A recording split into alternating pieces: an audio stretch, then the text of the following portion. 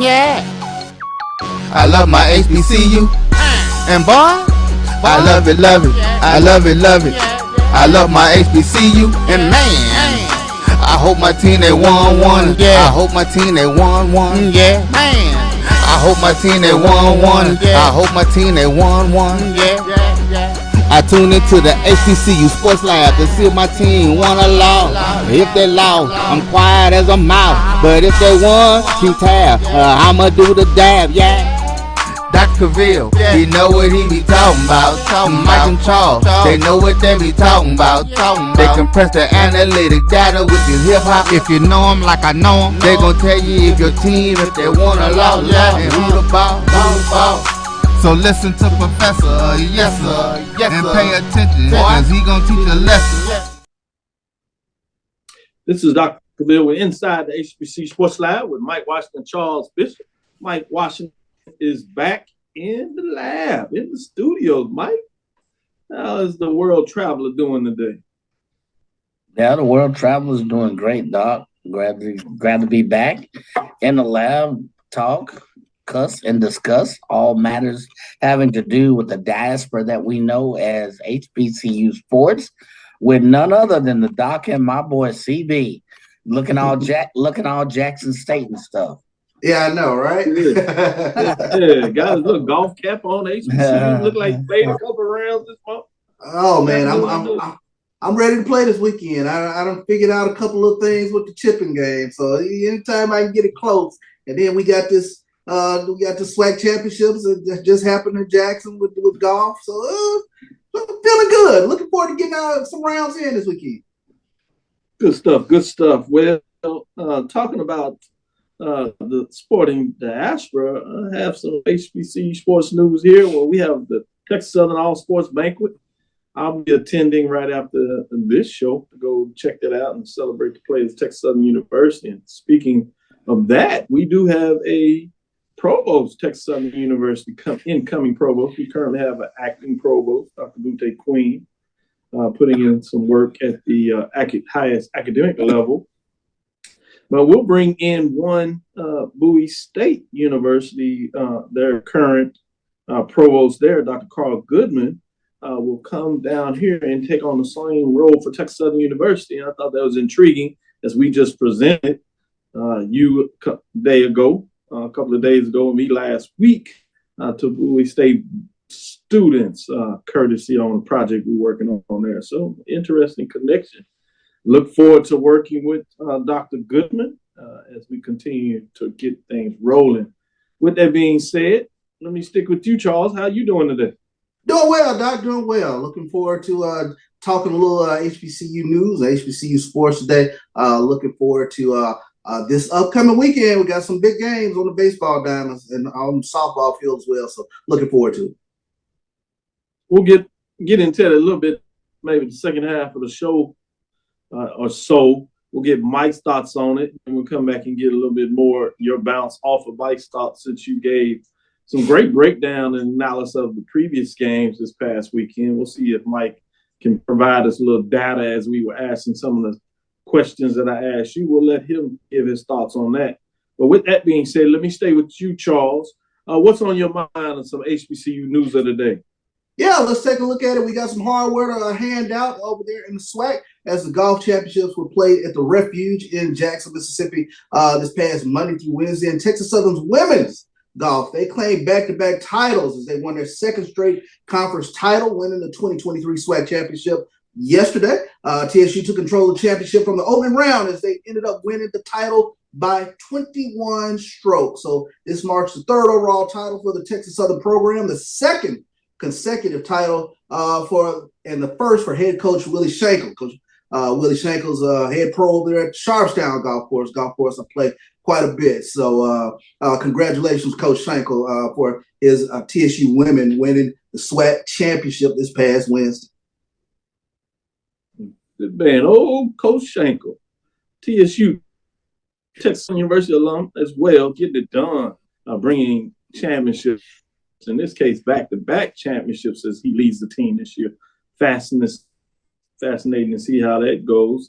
Talking about the board, I said Dr. Kevin Granger actually brought them along with the basketball team and the national championship cheerleading team, cheer squad, brought them in front of the board. So that was nice as they got recognized in terms of two of them with their SWAC championships, basketball back-to-back tournament championships. And then obviously you just said golf back-to-back championships on the women's side. And then a national championship, first of its kind in terms of Texas Southern University. So fascinating to see how that goes there. Mike, what are your thoughts? News of the day. Yeah, so switching a little bit, talking about football, I got a couple of tweets. You get tweets when everybody opens, they releases their schedule. So Florida Memorial University releases its 2023 football schedule. This was also on Game Day, HBCU Sports. It was on Twitter. It was on a couple of media. So the university has announced its schedule for 2023. And it's sure to be a great season. But the Lions opened the campaign with a trip to Georgia. Okay, no big deal, to take on Division III opponent LaGrange University down in Middle Georgia. I think that's on August 26th, followed by a trip to Duval County to take on in-state foe Edward Waters in the Big Cat Classic. Here's the kicker, okay? Following a bye week, Florida Memorial travels to Louisiana to take on NCAA FCS Division I opponent Grambling State University at historic Eddie G. Robinson Memorial Stadium. I'll say that again if you didn't catch it. And following a bye week, Florida Memorial travels to Louisiana to take on NCAA FCS Division I opponent Grambling State University. So they take on Division III LaGrange. Then they'll take on Duval, take a trip to Duval County and take on Edward Waters in the Big Cat Classic. And then they're going to let a week go by. And then they're going to go to Louisiana. So interesting. The following week, the Lions host first-year program John Melvin. So a couple of things, John Melvin University and the home opener at their Betty T. Ferguson Stadium on September 23rd. Then they travel west to take on Ave Maria in the conference opener to close out the month of September. That is a very strange September. They go from Division III to NAIA to Division I. I don't know about you. They all over the place with this. But, Florida Memorial does have some promise. So, I think they also take on Warner University in a rematch of last year's 49-22 victory for Florida Memorial. And then they'll have the Battle of Miami Gardens against conference opponent St. Thomas University. So they have a very unique schedule in this Sun Conference. So I don't know what to say about it. They all over the place. Kudos, hats off to Florida Memorial. But your eyes have to be circling that Grambling State game in September. So that kind of caught my eye as news of the day. I'd be interested in your thoughts because, are we talking, with Grambling's past performance, past 2 or 3 years, or is this suspect to an upset? Early football tales. I don't know. This is just Big Mike with some early data points, early data warnings. How about that? Yeah, no, I don't see an upset in Grambling. I can't see it. But, yeah, that's fascinating when you look at it like this. Before we go to this break, I did want to jump in on this. A lot of the NIL news and talk is out there. We kind of pushed that extremely early, giving people an indication of what was taking place, particularly when California kind of let off with things, 3-some years ago, if you would. And they had an indication that they were going to start with the NIL and open things up. They actually had a 2-year margin of when they were going to start the program, and it took off across the country, and everybody ultimately decided they were going to do it essentially over the next year. Then the Supreme Court made a ruling on a similar subject that really just threw open the doors. Well, here's California at it again. Check this out. With last votes in California, this is from yesterday, the California Assembly of Higher Education Committee approves bill that would include opportunity for revenue sharing for college athletes. Final count, 8 yes, 3 no's, 1 no not voting. Bill goes to the Appropriation Committee, which is chaired by the bill sponsor, Chris Holden. So this becomes significant. Now it's talking about that the institutions, college athletic programs, can actually support, help, if you would, in NIL, which is different than the NCAA rules, which says that they can't provide really any help. Just lately they updated that and said they could at least provide some guidance and things of that nature. So this is really going in a lot of opposite direction. You have ADs out there that are seeming to lose their mind, if you would, in terms of what that may look like, as them saying, hey, can you curve this back to other? Can we get some national rules? Well, you got states like, yeah, y'all gonna talk about these states right? We gonna show you states right. So I love it. Yeah, we got your states right, sir. So the market talking about capitalism, you're gonna see, to me, other states to follow suit in some format because they don't want to put their athletic programs in jeopardy as their coaches go crazy and talking about, hey, we're going to lose these athletes to California because they're going to be able to help them out and pay them money. So it's going to be fascinating to see how that goes. So I wanted to be one of the on the forefront to talk about what that looks like. Let's take our first break. We'll come back on the other side. We have our guest. We'll see if we can get him on and get ready for this guest. So stick with us. We'll be right back after this first break. If you think all pads are exactly the same, think again. This is Always Ultra Thins reinvented with the Always Triple Protection System. This pad wicks gushes 90% faster, absorbs even more so you can feel dry, and locks odors in. Rethink your pad for up to 100% leak-free and odor-free comfort with the totally reinvented Always Ultra Thins. This is always like never before. Thank you guys for what you do for HBCU athletics. This is a fantastic avenue for all of us. This is our ESPN, so we love what you guys do. Brian, AD, Roy, all you guys at BCSN. We really appreciate what it is that you guys do for us.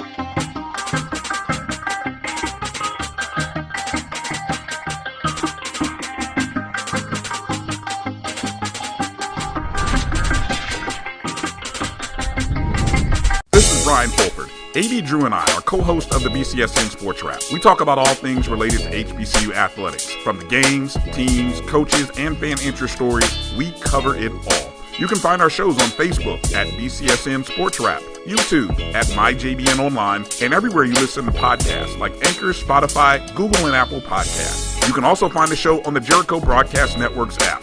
Make sure to download. We look forward to you joining the conversation and being a part of the show. From novice to aficionado, find yourself here. High quality cigars plus personal customer service. Slow Burn is Waco's only mobile cigar lounge, featuring a meticulous, curated collection of premium cigars. Visit our website, www.slowburnwaco.com. That's www.slowburnwaco.com. T. Madden & Associates is a sophisticated and experienced law firm located in your neighborhood. We're turning injury to cash. T. Madden & Associates obtained almost $2 million for my injury. They turned my injury to cash. Now, we can't guarantee how much your injury is worth, but we've recovered millions for our clients.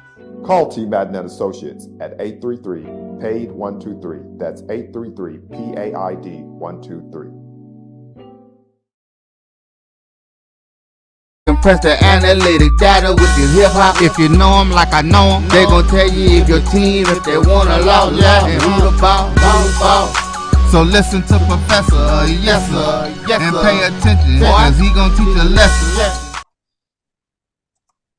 This is Dr. Cavil with Inside HBCU Sports Lab with Mike and Charles Bishop. We have our guest, Mr. Yussuf Khan. Yes, How sir. you doing today? Good. How's everyone doing? Thank you for having me. Thank you for coming on. Appreciate it. My pleasure. Seeing your work, obviously, your new venture, First and Pen, love the title of that platform, First and 10.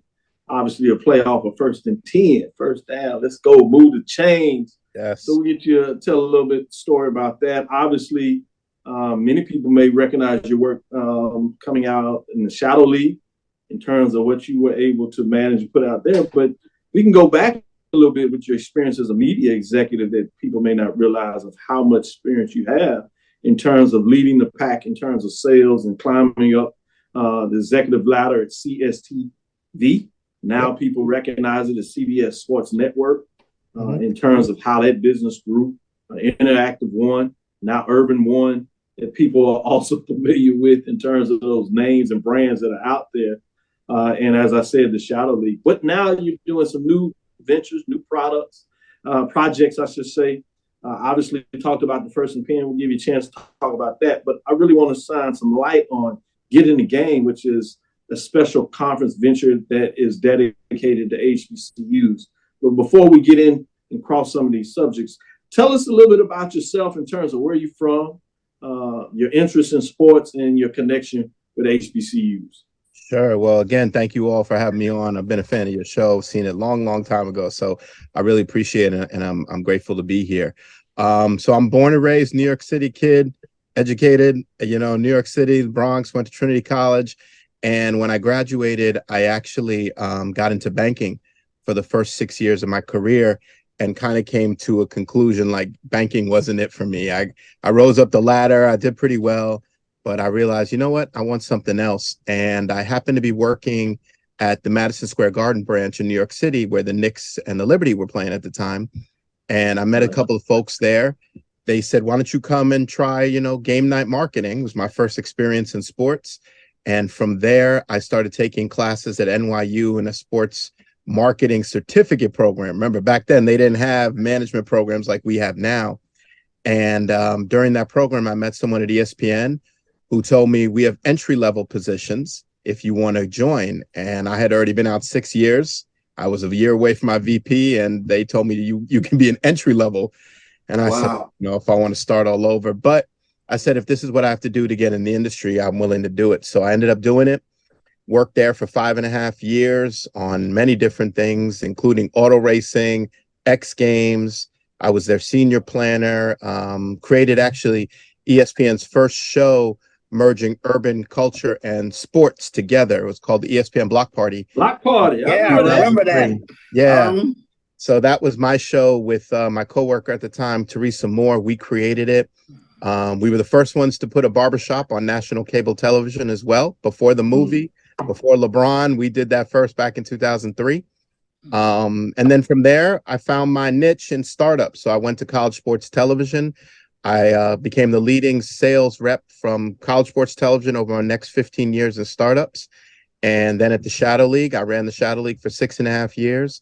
And then after COVID, decided to launch First and 10. And now I'm on your show. So I'm excited. Good career. Yes. Good. It's really awesome to hear that growth and how you had to pivot, because we tell the students a lot about understanding, chasing your dreams, but what that means and entails, and your example of what that looks like. Let's get in a little bit first on the First and 10, because I want to spend some significant time on the Get in the Game, which again provides an opportunity for HBCU students in terms of that conference. It's going to be in Baltimore, Maryland, if I'm correct there. Yes. But First and 10, I think, is an intriguing component, and people may have read some of that work and not really make the connection in terms of what you're doing there. Tell us a little bit about what is First and 10. Sure. So, back at ESPN, I realized there was this sort of void in sports coverage, which was, our perspective, voices of color, Black voices. Everything was just stats and scores. And as everyone knows, there's more to sports than just the game, right? And we were able to bring a little bit of that out at ESPN with the Block Party. And then I was able to do more of that at Shadow League. But I felt one of the areas that was really getting hurt by this digital media was journalism and good storytelling. And I felt like there was a cycle of, okay, just post something, make it clickbait, drive some traffic, make some money, and we'll create this site. And I didn't want to do that anymore. I felt like everyone's doing it. I didn't want to play in that area. And so I came up with the idea of First and 10, which is obviously, as you said, a play on First and 10, right? Because to start any drive, you got to start First and 10. And the pen refers to journalism. I am not a trained journalist, but I've always had a talent to write, and I've always enjoyed writing. And I came up through sales and marketing, and I've been fortunate in my career to be able to merge the two. And I think that's something a lot of people don't understand. In order to build a business, all the entities have to work together. And if content is not working with sales, sales is not working with content, you cannot have success. And I've been fortunate to be able to blend the two together. And that's how I came up with First and Pen. And I wanted to tell some great stories through the voices of our people, you know, Black and brown people who can tell you a different perspective, whether it's historical, opinion, perspective, whether it's an analysis, you know. It allows us to go a little deeper into sports. So I've been very excited about what we're doing. And I found a niche with professors of color in particular, because as I'm sure most of you know, if you're going to publish something as a professor, it's got to be an academic journal, and it's pretty heavy lift, you know. And I wanted to create a destination where you can come daily and either write about something of interest or to read about something of interest that isn't going to be 10,000 words, right? That it's really good. Yeah, right? That's good. So that's why I created First and Pen, and I found that people are really taking to what we're doing. And I'm gonna, you know, we're actually going to expand a little bit this year, and do some other forms of media as well, including podcasts and some other things. So very excited about our direction, and the response has been great so far. And I appreciate people like yourselves who gives us an opportunity to talk about it. Interesting.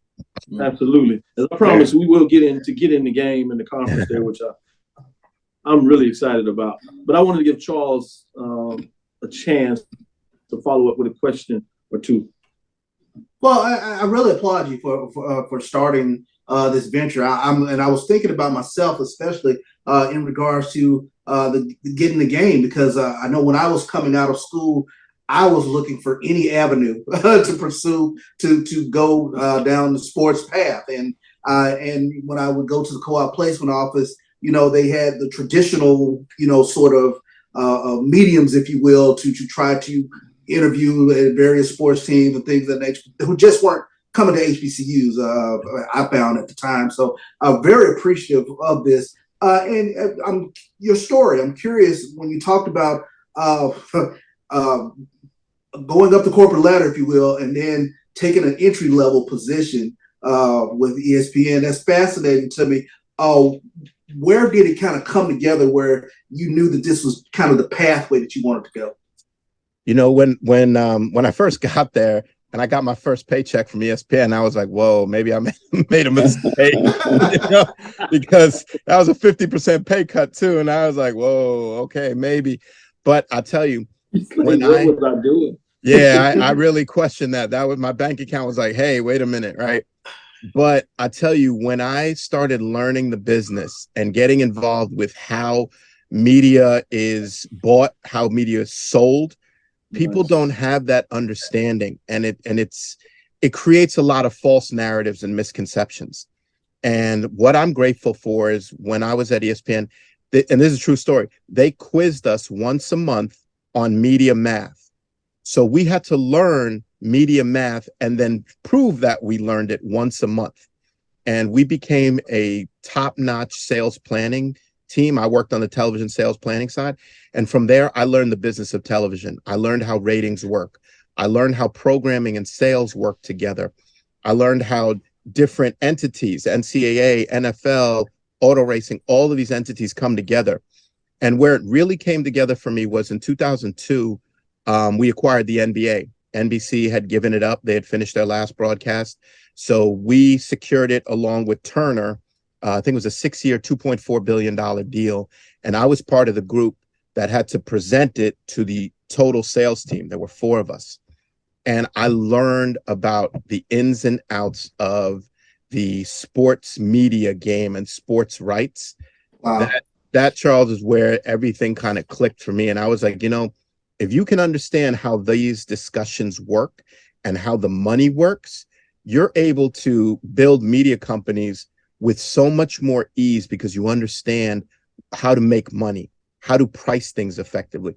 Not a lot of people have that experience, and I was fortunate to have that. And it was 5 years worth of experience. So, when I get out there into sort of the general market companies, they can't pull the wool over my eyes because I really learned from the ground floor up how this ratings game works and how media rights work. So that was the moment, 2002, when we acquired the NBA. Oh, wow, that's fascinating. Let's get into this first break. We'll come back on the other side because I know this is a push point for a lot of folks. And so as a promise, we will get into this, get in the game. We have some time, particularly if you can give us a little more and stay over. We're going to take this break, come back on the other side. Allow Mike to get in the question. Charles will follow up, and we'll talk a little bit more about the significance of the media rights. Obviously, you followed this in regards to on Twitter Spaces, a lot of this discussion on media rights and hey, you see SEC in terms of billion-dollar deals. This last one that we seen with Kevin Warren, what he was able to explode in terms of the Big Ten deal and how it was similar to some of the professional deals in terms of multi organizations, companies that he got to bid on it, which obviously drove up the price. You can probably give us a unique perspective of what that looks like and the benefits and the challenges of a conference such as a SWAC, MEAC in regards to what it looks like for them to navigate the space of media deals. Stick with us. We'll be right back after this break. I promise we'll give you more. Mike will be up to bat, and you have none other than listening to Yussuf Khan, in regards to giving you some updates on First and Penn, his program and platforms get in the game, as well as a conference that's coming up in October in Baltimore, Maryland. Stick with us. We'll be right back after this break. You're looking for the latest information on Southern University sports, the Southwestern Athletic Conference, and HBCU athletics. There's only one place to go. Tune in to the Carlos Brown Show, exclusively on the Black College Sports Network. There's a shot. It could be. Right field. Grand slam. What a shot. That's how you get hot, young fella. Thank you guys for what you do for HBCU athletics. This is a fantastic avenue for all of us. This is our ESPN, so we love what you guys do, and all you guys at BCSN. We really appreciate what it is that you guys do for us. You see, Head & Shoulders has scalp shield technology, protects against flakes even between washes. It's never not working. Kind of like us. We're never not working. Number 15? That's my rub. Ooh, nice. Never not working. Never, ever, never, ever not working. Welcome, everybody, to Juneau, Alaska. I don't like this one. Me neither. Let's get out of here. Dandruff protection that's never not working. Head & Shoulders scalp shield technology. Charmin Ultra Soft has so much cushiony softness, it's hard for your family to remember. They can use less. Sweet pillows of softness.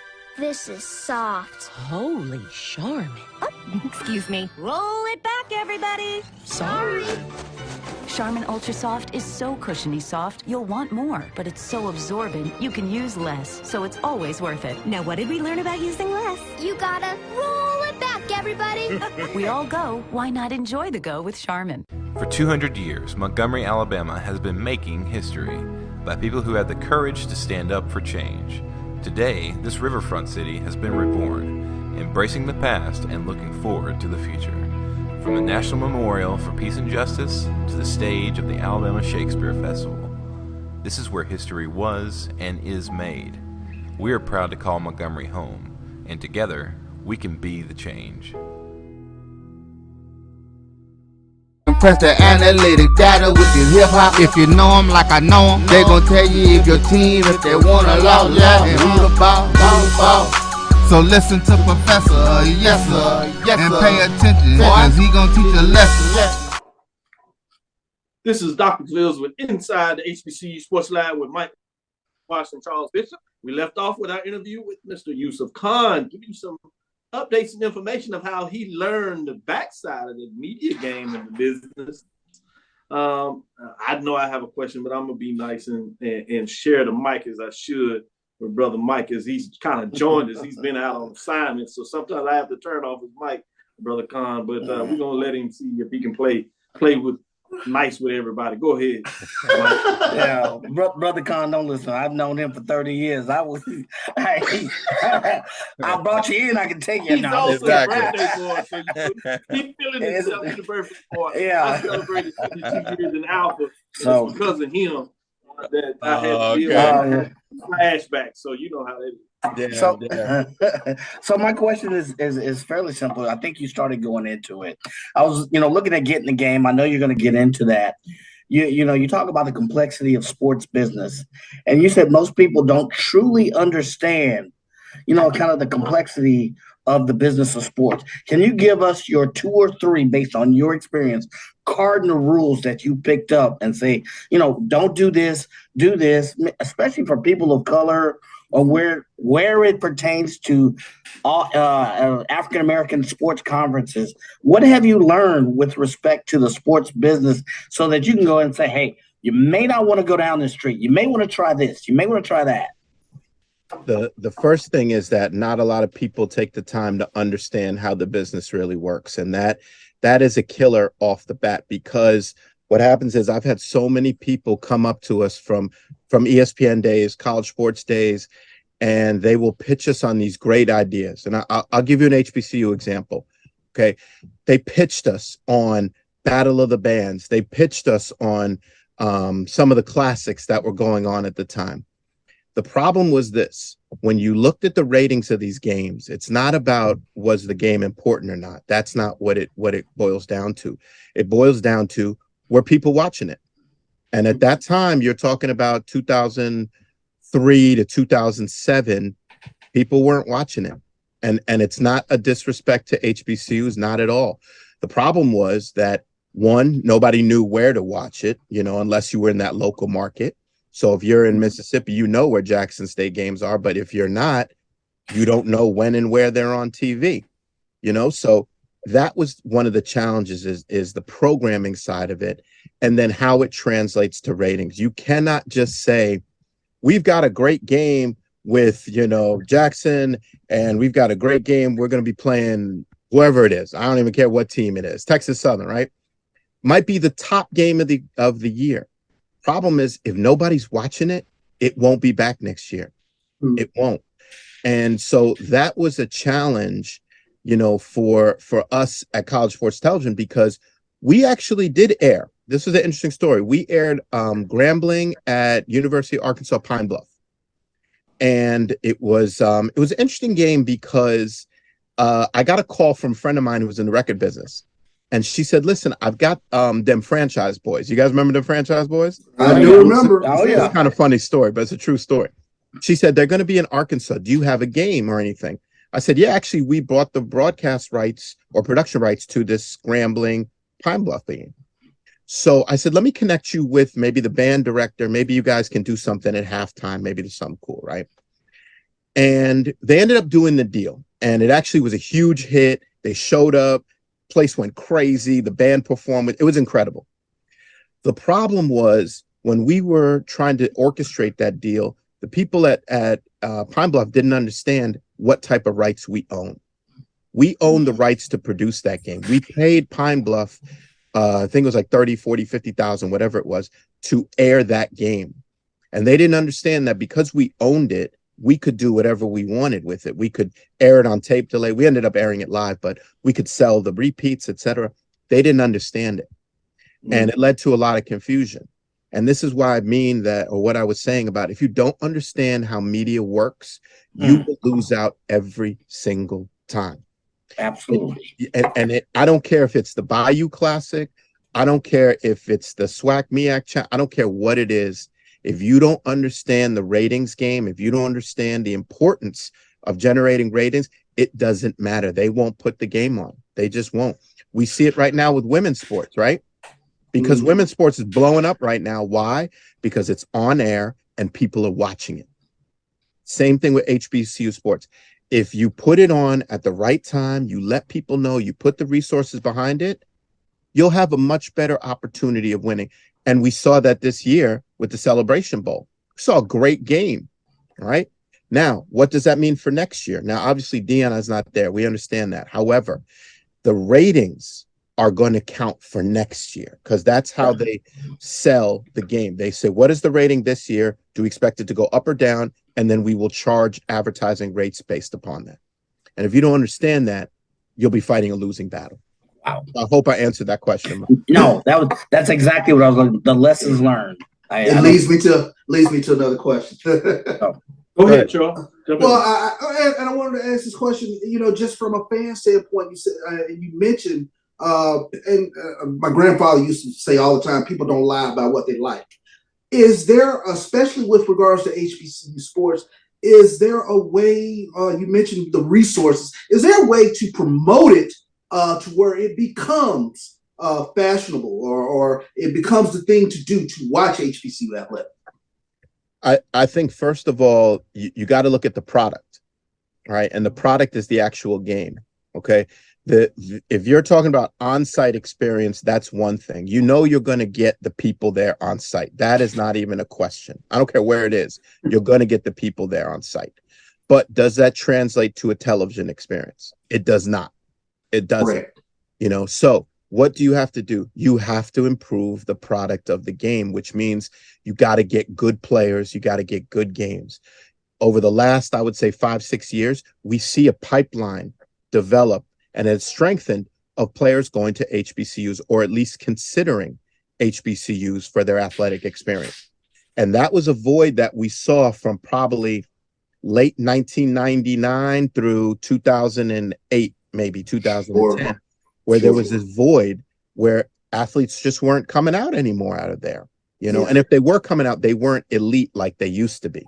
Mm-hmm. And so now, with I don't care what people say about Deion Sanders personally, he brought a certain attention to HBCU football and Jackson State, obviously, but it definitely helped the product.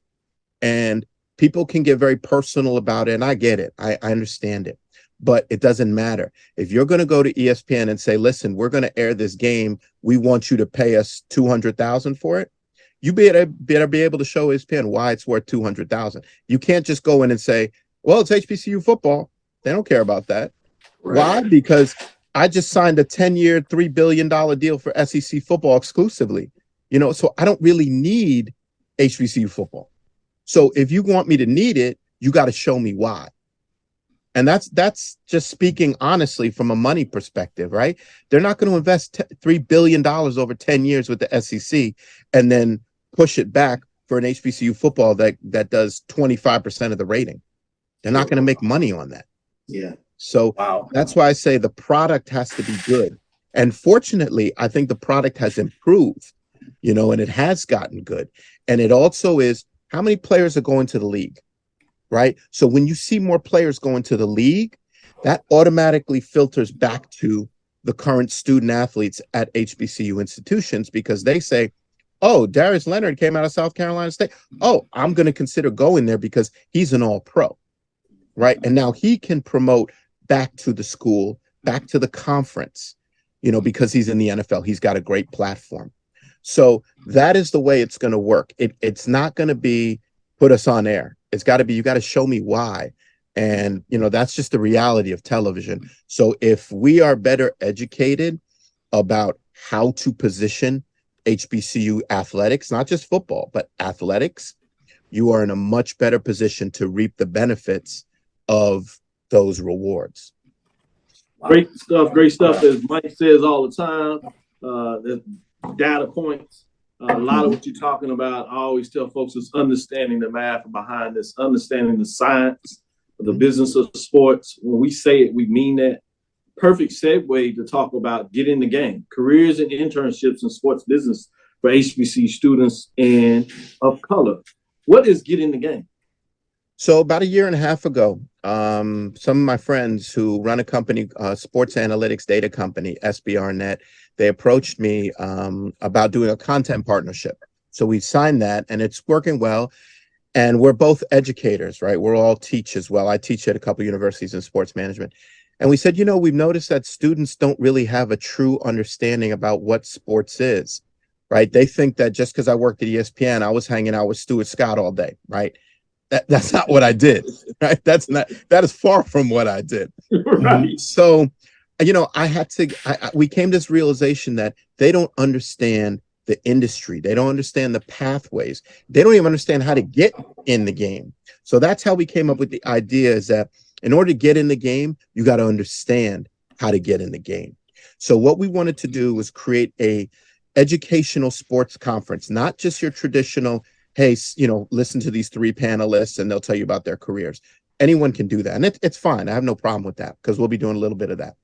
But we need to really create educational learning opportunities for the students so that they really understand. So, for example, how do you get into college athletics administration? Not a lot of people know how to do it. They're like, well, what do I do? Bingo. How do you become an athletic director, right? They don't know. We just saw a brother who just got hired at George Mason as the new athletic director. He was a CPA for years. And then he got into college athletics, fundraising, running, the compliance. And then all of a sudden he moves from Brown to George Mason. Why?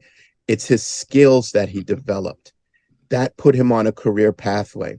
And that's what students don't understand. They see the sort of the top of the line, right? They see ESPN. That's where I want to be.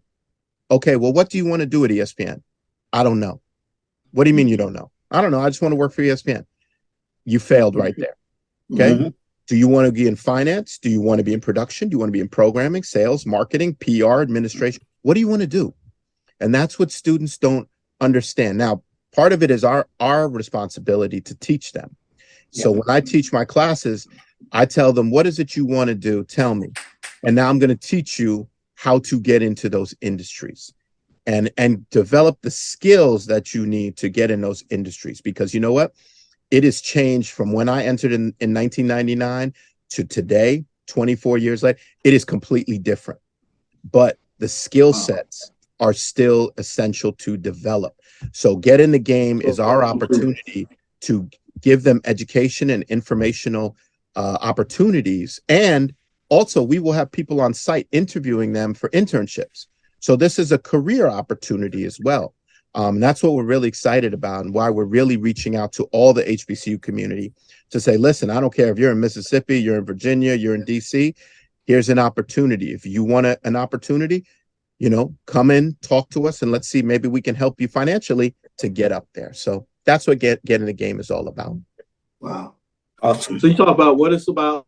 You talked about the vision in terms of teams and leagues, brands, retail marketing, how that's connected. Talk a little bit about what the students can expect in terms of who they can connect with coming to this conference. Sure. So this is one of the things that we wanted to make sure it was a B2B type of thing. We didn't want it to be where I'm going to network with, my colleagues. We didn't want it to be like that. What students can expect is a B2C experience, meaning you will hear from people who have done it, but you will also see how these people did it. You will see case studies. How do you take a product from, just a thought all the way to execution and launch? How do you, develop a college athletics program? I'm hoping, fingers crossed, that I can work with Morgan State to talk to someone like a Kenny Monday about how did you bring wrestling back to Morgan State? That's a business thing. That is not just some goodwill stuff. They had to get money. Right. They had to get $2 million to start that program. So how do you do that? What did you have to do? So they can expect to learn how real life situations are actually brought to fruition. And so they will understand, okay, so if I want to get into sales, do I have the ability to, call people? Do I have the ability to go network? Do I have the ability to be on the front lines? If I don't want to do that, then I'm not built for sales. But this way, you'll learn that right off the bat. So that's what they can expect. They can expect real life theory integrated into practice is what they can expect. Awesome. I'll talk about this. This was in Baltimore, but tell us the dates and the location specifically in terms of where this event. Sure. So it's October 6th through the 8th of this year. So it's coming up in a couple months. It will be at the Sheraton Inner Harbor in Baltimore, Maryland. The 6th will be sort of a welcome. You know, Mike, we were joking about crab cakes. That will be the welcome, Baltimore style, on Friday. And on the 7th, we begin early, and we will be going through some really, really great panelists, sessions. We will also have talent acquisition managers on site who will be conducting interviews, and they will also be conducting sessions on how do you build an effective resume? How do you interview properly? How do you dress properly? That to me I'm blown away by how a lot of these students don't know how to dress anymore. I mean, they're coming to my classes in pajamas, and that throws me off. I'm like, man, oh God. But you know, that's the way they are. But when they come to an interview, you better not come in slides and pajamas, because you'll get thrown right out. So we have to teach them that. And that is something that we need to take the responsibility on. For people who have done it, we need to give back and let them understand this is what is expected of you. Absolutely. For those that come across the show, those listen to it live, and those that want to share it with students, friends, and family as we move forward, how can they get more information? So we actually have the website is up and running now. It is getinthegameconference.net. All the information is there, so you can actually go online, you can see it, everything is there. You can email us, we will answer questions directly. We are actually going to update probably in the next couple of weeks the sessions and some of the speakers that we have. We haven't officially unveiled the sessions. We're waiting to confirm a few things, but trust me, it'll be worth the wait, which I'm very excited about. And we're adding other people as well. You know, again, one of the things I notice in sports is that people always want the biggest names, right? They want the Steph Currys and the LeBrons and, you know, all these guys. But the biggest names don't necessarily have the best stories or know the most and make it so that they can tell the best experiences. And so we want to have the right people who are doing great things, who have made great careers, but can also translate that message and experience to students. So it's very important for us to have the right people there, not just the biggest names, if you will. Absolutely. Wow. Well, it's good to have you. We're getting up into our last break. There's going to be a lot of growth, and I know behind the scenes, as we talk off mic, you had a chance of some of the expectations, some of the individuals that you're working on bringing to that. As that comes to fruition and you're able to release it, we'd love to bring you back to talk a little more specifically about the conference and those that are involved. And I believe in this so much because it connects with our HBCUs and the students involved. And obviously, I want to see more of our students getting involved in HBCU sports, particularly those that have an interest with it. And from day one, as I developed the program here in sport management, Texas Southern University, the framework was about the business side of this, right? We've stretched out now, and I have a joint appointment over in the School of Communication. So we also talk about, obviously, the broadcast communication side of that. But as you allude to, that is the business as well. It's just multiple tentacles of what that looks like. So we'd love to have you back to talk a little more specifically about some things. We got a chance to kind of cover a lot in a little time. But we want to come in and dig a little more specifically on some subject matter issues, as you are certainly an expert in that field. So we'd love to have you back. I think this is momentous and an opportunity to give people some knowledge, particularly about our students getting in the game. Sherrington in Harbor, Baltimore, Maryland, October 6th to 8th. Come on, get into the website, register. Let's get involved, get this done. But I want to tease this out because we got a lot of fans out there that want some information too. We might have to find a way to do a second cycle of this once this hits and grows about how we can educate our fans as well. With that being said, we'll close out after this break. I want to thank you again for joining us. I know you're a busy man, and certainly glad that you extended a little more time than we originally talked about, but it was so much great information. We wanted to get it out. With that said, let's stop. We'll be right back after this last break. We'll come back on the other side. We'll kind of close out with some games and baseball, softball for you to watch this weekend. With that, Stiglitz will be right back after this break. I'm returning to Clinton Parish, and Tampa's my community. I grew up here, went to school here, and my wife and I make our home here. What makes Tampa special are its people. So when I represent someone injured in my community, it's personal. Call my office and speak to a real lawyer and not some referral service. I will fight the insurance companies to get the settlement that you deserve. At the law office of Clinton Paris, we take the pain out of being heard. It's never too early to plant the seed, to share the tradition, and instill a sense of pride in your HBCU with your little ones. HBCU Pride and Joy Children's Boutique helps you share your school spirit with a wide selection of adorable kids' apparel and accessories officially licensed from your favorite HBCU. Visit hbcupridejoy.com and follow us on all social media at HBCU Pride Joy on Facebook and Twitter.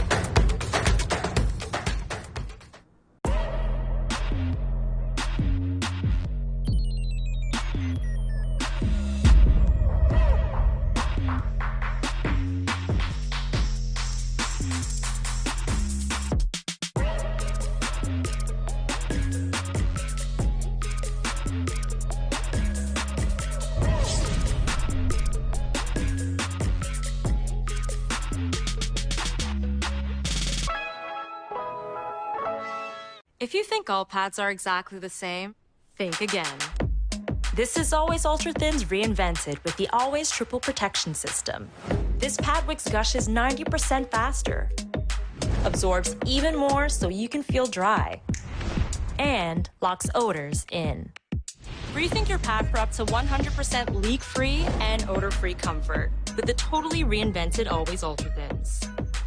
This is always like never before.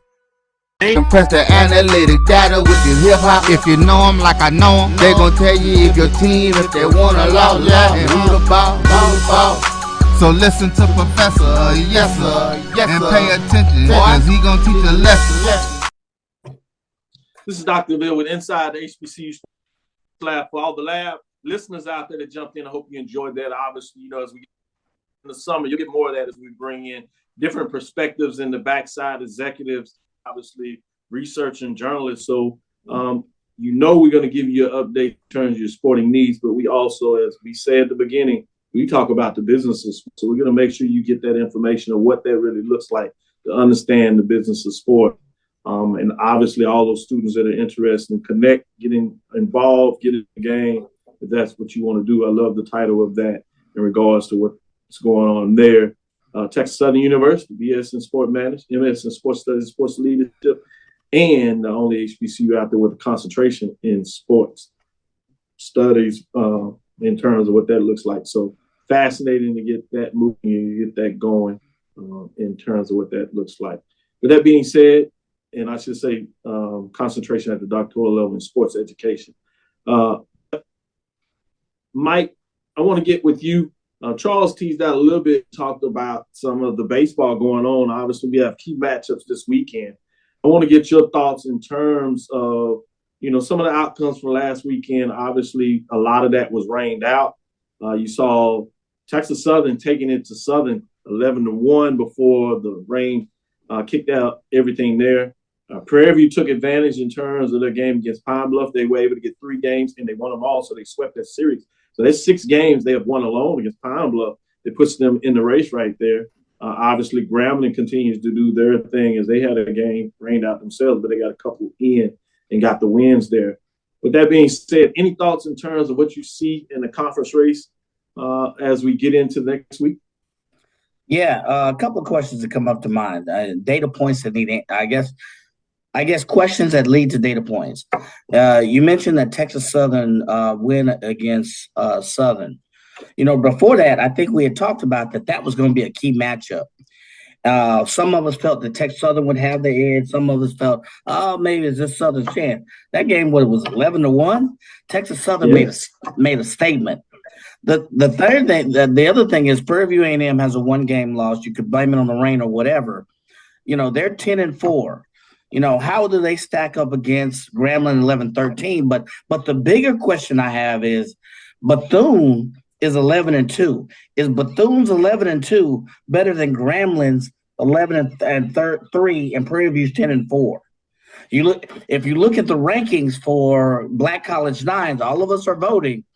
The top 3 or 4 are all in the East. So do they stand to be more powerful? I think that's starting to come to the fray.